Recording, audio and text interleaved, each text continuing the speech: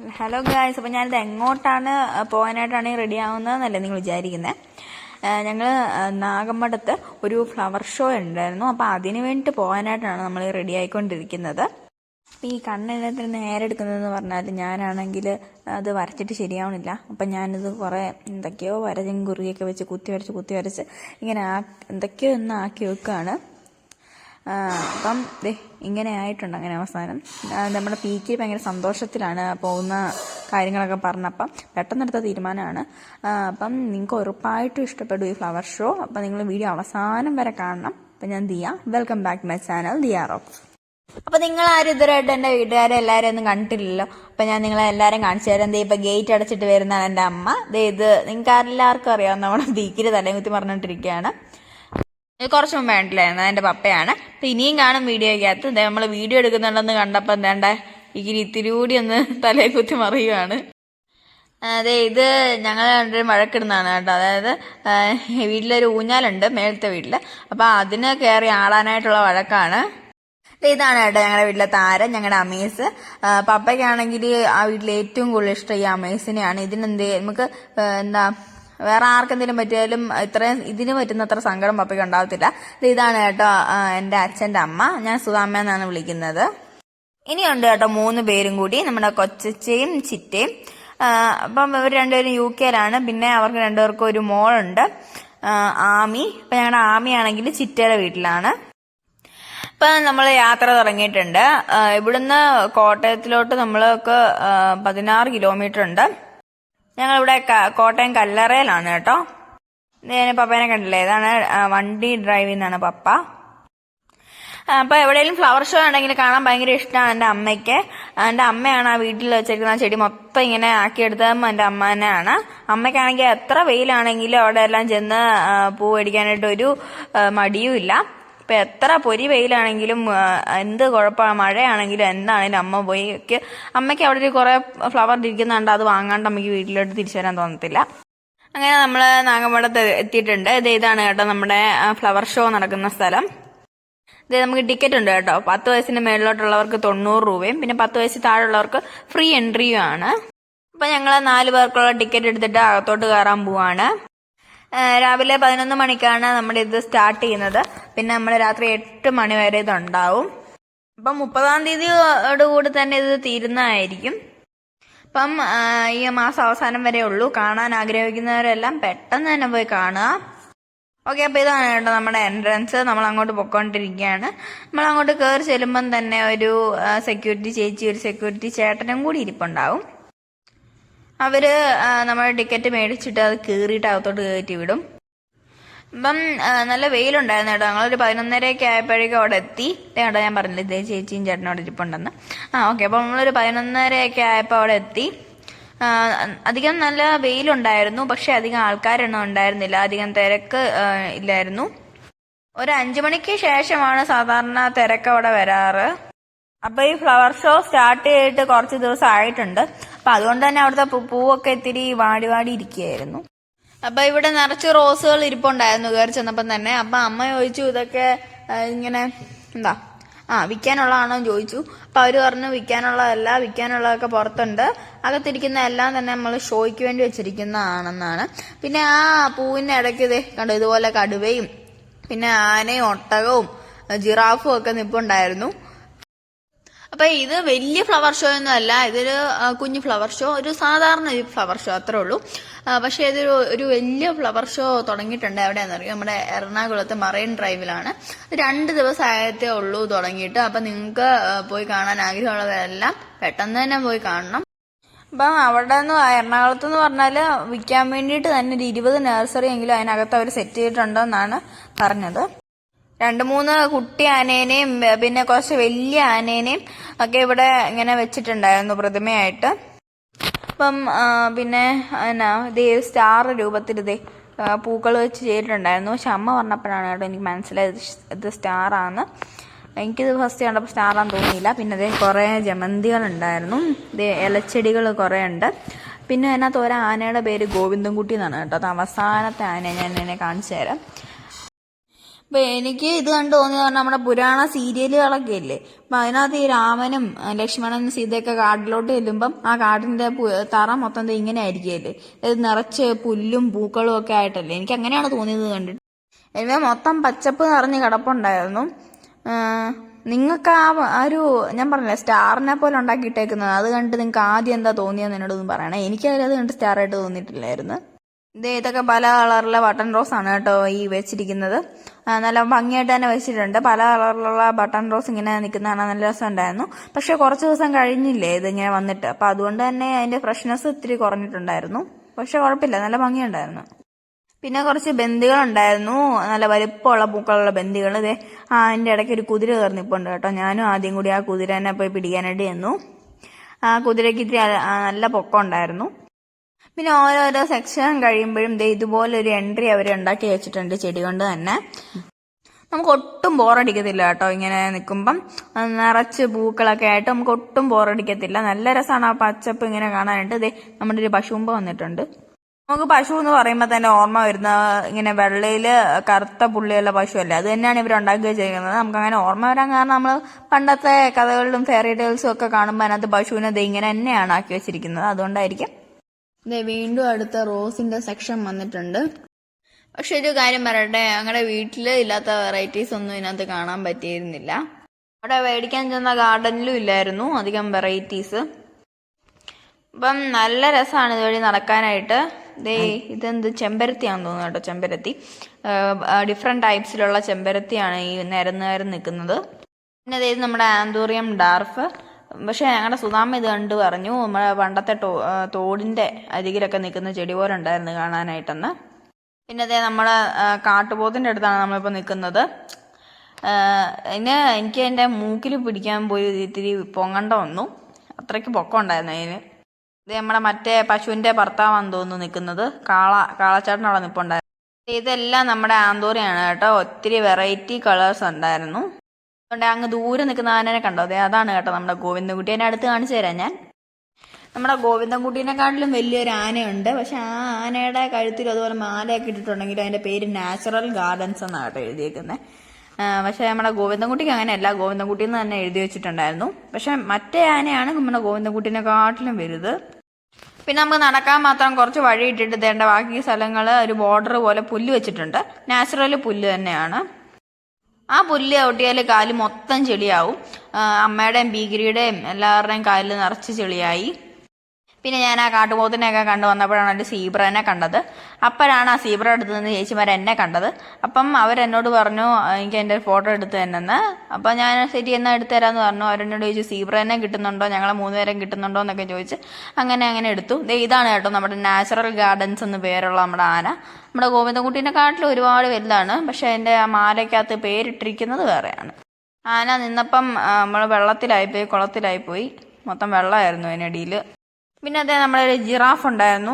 ജിറാഫിന് പക്ഷെ മരത്തിനെക്കാട്ടിലും വലുപ്പമുണ്ടായിരുന്നു. അതെങ്ങനെ തിന്നുമെന്ന് എനിക്കറിയത്തില്ല. അതിൻ്റെ ഇല നമ്മുടെ റെഡും വൈറ്റും കളറുള്ള ജമന്തി ഇങ്ങനെ കുറെ നിപ്പുണ്ടായിരുന്നു. പിന്നെ അതിൻ്റെ അറ്റത്തൂടെ കുറെ നമ്മുടെ ഇലച്ചെടികൾ നിപ്പുണ്ടായിരുന്നു. ഈ ഇലച്ചെടികളുടെ ബഹളമായിരുന്നു അവിടെ. ഇവിടെ ഷോയ്ക്ക് സെറ്റ് ചെയ്ത് വെച്ചിരിക്കുന്ന എല്ലാം നാടനായിരുന്നു. അപ്പൊ ഞങ്ങൾ വിചാരിച്ചു വിൽക്കാൻ വെച്ചിരിക്കുന്നത് അത് കാണുമെന്ന്. പക്ഷെ ഇല്ലായിരുന്നു, അവിടെ എല്ലാം ഹൈബ്രിഡ് ആയിരുന്നു. അതുകൊണ്ട് ഞങ്ങൾ മേടിച്ചില്ല. ഹൈബ്രിഡ് ജമന്തീസ് എല്ലാം ഇത്തിരി ഒരു സീസൺ മാത്രമേ ഉള്ളൂ. അത് ഇത്തിരി പാടാണ് കേട്ടോ നമുക്ക് ക്ലിപ്പിച്ചെടുക്കാനായിട്ട് ആ സീസൺ കഴിഞ്ഞാൽ. പിന്നെ ഇത് ഗ്രീൻ ഹൗസ് ആയതുകൊണ്ടായിരിക്കും ഞങ്ങൾക്ക് ഒട്ടും ചൂട് എടുത്തില്ലായിരുന്നു. ഇതിനകത്ത് നല്ല കൂളിംഗ് ആയിരുന്നു. പിന്നെ ഒട്ടകമൊക്കെ അവിടെ ഉണ്ട്. അടുത്ത നമ്മൾ സ്റ്റോളിലോട്ട് പോകാനുള്ള പരിപാടിയാണ്. അപ്പം നമ്മൾക്കും അവിടെ ഉണ്ടൊരു എൻട്രൻസ്. അപ്പം നമുക്കിനി അങ്ങോട്ട് കയറാൻ. അതിൻ്റെ അകത്ത് എന്താണെന്ന് നമുക്ക് നോക്കാം. ഇഷ്ടംപോലെ കടകളൊക്കെ കാണും. അതിനകത്തോട്ട് കയറാനായിട്ട് പ്രത്യേകിച്ച് എൻട്രൻസ് ഫീസ് ഒന്നും ഇല്ല. നമുക്ക് നേരെ കയറി പോവാം. അപ്പൊ നമ്മൾ ഇതുവഴിയാണ് കേട്ടോ കയറി പോകുന്നത്.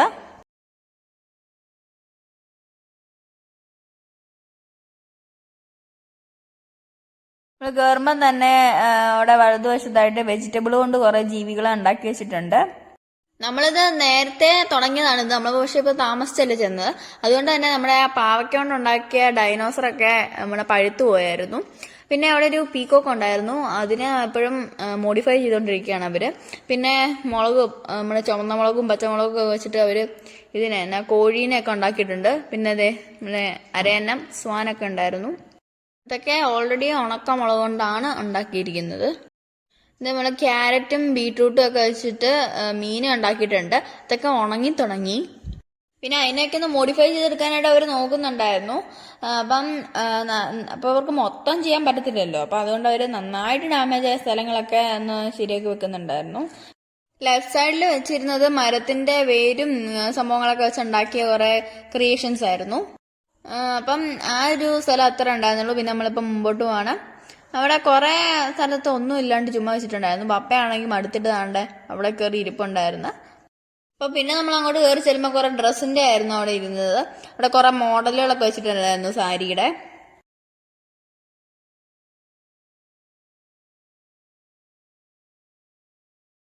അതുകൊണ്ട് അവരവിടെ നിന്ന് സാരീനെ ഉടുപ്പിക്കുന്നുണ്ട് നമ്മുടെ ആ ഡമ്മീനെ.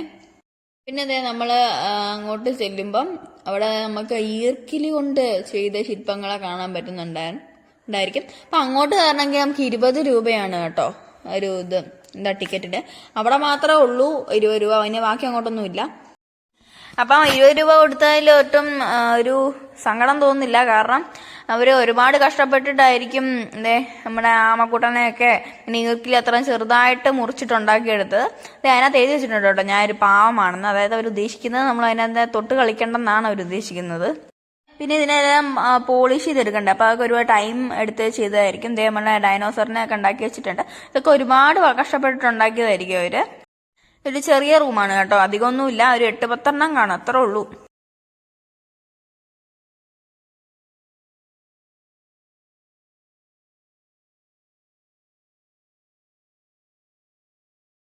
പിന്നെ അവിടെ ഒരു മുതലയുണ്ട്. ആ മുതലയുടെ അവിടെയാണെങ്കിൽ എഴുതി വെച്ചിട്ടുണ്ട് എന്നെ തൊട്ട് കളിക്കരുതെന്ന്. പിന്നെ ഇത് ചെയ്ത ആളുടെ ഫോൺ നമ്പറും പേരും ഒക്കെ അവിടെ ഡിസ്പ്ലേ ചെയ്ത് വെച്ചിട്ടുണ്ടായിരുന്നു. നമുക്ക് എന്തായാലും അങ്ങനെ വേണമെന്ന് തോന്നിയാൽ വിളിക്കാനായിരിക്കും. പിന്നെ ഞങ്ങൾ അവിടുന്ന് അതൊക്കെ കഴിഞ്ഞിട്ട് പുറത്തോട്ട് ഇറങ്ങി. പിന്നെയും കുറച്ച് സ്റ്റോളുകളായിരുന്നു. അപ്പം അതിനകത്തോട്ട് അങ്ങ് ഇറങ്ങി. പിന്നെ അധികം സാധനങ്ങളൊന്നും ഞങ്ങൾ മേടിച്ചില്ല. ഇത് നമ്മുടെ മുതലുണ്ട് കേട്ടോ, അവിടെയാണ് എഴുതി വെച്ചിരിക്കുന്നത് എന്നെ തൊട്ട് കളിക്കരുതെന്ന്. പിന്നെ അതിൻ്റെ മണ്ടയ്ക്കായിട്ട് ഒരു ഗരുഡൻ തൂങ്ങിക്കിടപ്പുണ്ട്. അവിടെ എഴുതിയിരിക്കുന്നതെന്ന് പറഞ്ഞാൽ എന്താ എൻ്റെ നിരീക്ഷണത്തിലാണ് നിങ്ങളെന്ന ഒരു രീതിയിൽ അങ്ങനെ എഴുതി വെച്ചിട്ടുണ്ടായിരുന്നു. അത് അമ്മ കണ്ടില്ലെന്ന് തോന്നുന്നു, അതുകൊണ്ട് അമ്മ എടുത്തിട്ടുണ്ടായിരുന്നില്ല അതിൻ്റെ വീഡിയോ. ഇനി അങ്ങനെ എഴുതി വെച്ചിട്ടുണ്ടായിരുന്നു.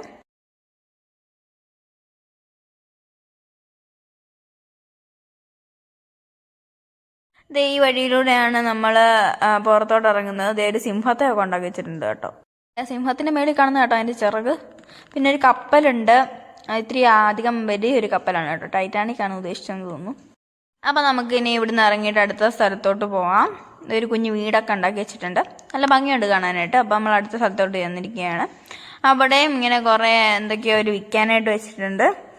ഇതൊരു ഫർണിച്ചറിന്റെ ഒരു ഡിസ്പ്ലേ വന്നിട്ടുണ്ട് കേട്ടോ. അപ്പൊ അവരിവിടെ പറയുന്നതെന്ന് വെച്ചാല് എല്ലാത്തിനും പകുതി വിലയേ ഉള്ളൂ എന്നാണ്. അപ്പൊ ഞങ്ങളവിടെ ഒരു ചെയറിന്റെ വില ചോദിച്ചപ്പോൾ 19,500 എന്നാണ് പറഞ്ഞത്. അപ്പൊ അതാണോ അതിന്റെ പകുതി വില എന്ന് ഞങ്ങൾക്ക് ആശ്ചര്യമായി പോയി. പിന്നെ ഇവിടുന്ന് ഒരു സാധനം നമുക്ക് വാങ്ങാൻ പറ്റത്തില്ല കേട്ടോ, അത്രയ്ക്ക് തീ പിടിച്ച വിലയാണ്. അത് മാത്രമാണ് നമുക്ക് ഇവിടെ കാണാൻ പറ്റിയൊരു നമുക്ക് ഡിസഡ്വാൻറ്റേജ് എന്ന് പറയാനായിട്ട്. പിന്നെ അവിടെ അതേണ്ട മസാജ് ചെയ്യണ ചെയറൊക്കെ ഉണ്ടായിരുന്നു. പിന്നെ ഈ സാധനം ആവശ്യമുള്ളവർ ഓർഡർ ചെയ്താൽ നമുക്ക് വീട്ടിൽ എത്തിച്ചു തരും അവര്. പിന്നെ അവിടെ കുറെ ചപ്പാത്തി മേക്കർ ഉണ്ടായിരുന്നു. ചപ്പാത്തി മേക്കറിന്റെ ഒരു പഴയ കാല കഥ പറയുകയാണെങ്കിൽ, ഇതുപോലെ ഒരു ഷോയ്ക്ക് പോയപ്പോൾ ഞങ്ങൾ അവിടെ ഒരു ചപ്പാത്തി മേക്കർ കണ്ടു. അതങ്ങനെ വാങ്ങി, ഈസിയാണെന്ന് പറഞ്ഞിട്ട് വീഡിയോ ചെയ്യേണ്ടത് ഇതുവരെയായിട്ടും വർക്ക് ചെയ്തിട്ടില്ല. ഒരു ചപ്പാത്തി പോലും അതുകൊണ്ട് ഉണ്ടാക്കിയിട്ട് എനിക്ക് കഴിക്കാൻ പറ്റിയിട്ടില്ല. അപ്പം നിങ്ങൾക്ക് ആർക്കെങ്കിലും ഇങ്ങനെ ഒരു അനുഭവം ഉണ്ടായിട്ടുണ്ടെങ്കിൽ അത് നിങ്ങൾ കമന്റ് ബോക്സിൽ വന്ന് കമന്റ് ചെയ്യണം. പിന്നെ ഇങ്ങനെ ഉണ്ടാക്കാൻ പറ്റിയിട്ടുണ്ടെങ്കിലും കമന്റ് ചെയ്യണം. ഞങ്ങൾ ശ്രമിച്ചിട്ട് നടക്കുന്നില്ലായിരുന്നു. എത്ര അതിങ്ങനെ അമക്കിയിട്ടും ചപ്പാത്തി ഉണ്ടാവണില്ലായിരുന്നു. അതെ, നമ്മുടെ വാക്കം ഉണ്ടായിരുന്നു. പിന്നെ വിത്തുകൾ വിൽക്കുന്നുണ്ടായിരുന്നു. മൊബൈൽ അക്സസറീസ് വിൽക്കുന്ന കടയുണ്ടായിരുന്നു. വിത്ത് വിൽക്കുന്ന കടയായപ്പോൾ അമ്മ കുറെ സാധനങ്ങൾ വാങ്ങി കേട്ടോ, കുറെ വിത്ത് വാങ്ങി. അമ്മ കുറച്ച് ജമന്തിയുടെ വിത്തൊക്കെ വാങ്ങിയിട്ടുണ്ടായിരുന്നു. അവിടെ ഉള്ള കുറ്റി തക്കാളി, കുറ്റി വെണ്ട അതൊക്കെ ഉണ്ടായിരുന്നു. അപ്പം അങ്ങനെയുള്ളതിൻ്റെ വിത്തൊക്കെയാണ് വാങ്ങിയത്. പിന്നെ അവിടെ ഞങ്ങൾ അലുവയൊക്കെ വാങ്ങിയായിരുന്നു കേട്ടോ, അതിൻ്റെ ഒന്നും വീഡിയോ വന്നിട്ടില്ലെന്ന് തോന്നുന്നു. പിന്നെ ഇതേ കുറേ മധുരം, അതായത് നമ്മുടെ പിന്നെ സ്വീറ്റ്സൊക്കെ ഉണ്ടായിരുന്നു. പിന്നെ അതേ വാച്ച് ഉണ്ടായിരുന്നു. ആദ്യം അവിടെ കിടന്ന് കരഞ്ഞിട്ട് അവനൊരു വാച്ച് പപ്പ വാങ്ങിക്കൊടുത്തു. പക്ഷെ അത് വീട്ടിൽ വന്ന് നോക്കിയപ്പം അതിനകത്ത് സമയം മൊത്തം തെറ്റാണ്. അതായത് ഇപ്പോൾ ഒരു സെക്കൻഡിൽ 10 കാണിക്കുകയാണെങ്കിൽ അടുത്ത പ്രാവശ്യം അത് 12 കാണിക്കും. അങ്ങനെയായിരുന്നു. പിന്നെ അത് ഇവിടെ കുറേ പേനയൊക്കെയുള്ള കളക്ഷൻ നമ്മൾ എത്തിയിട്ടുണ്ട് കേട്ടോ. അവിടുന്ന് അവിടെ ഇങ്ങനെ നോക്കി ചെന്നപ്പോഴാണ് നമ്മൾ BTSന്റെ പേന കണ്ടത്. അപ്പോൾ അത് 2 വാങ്ങി.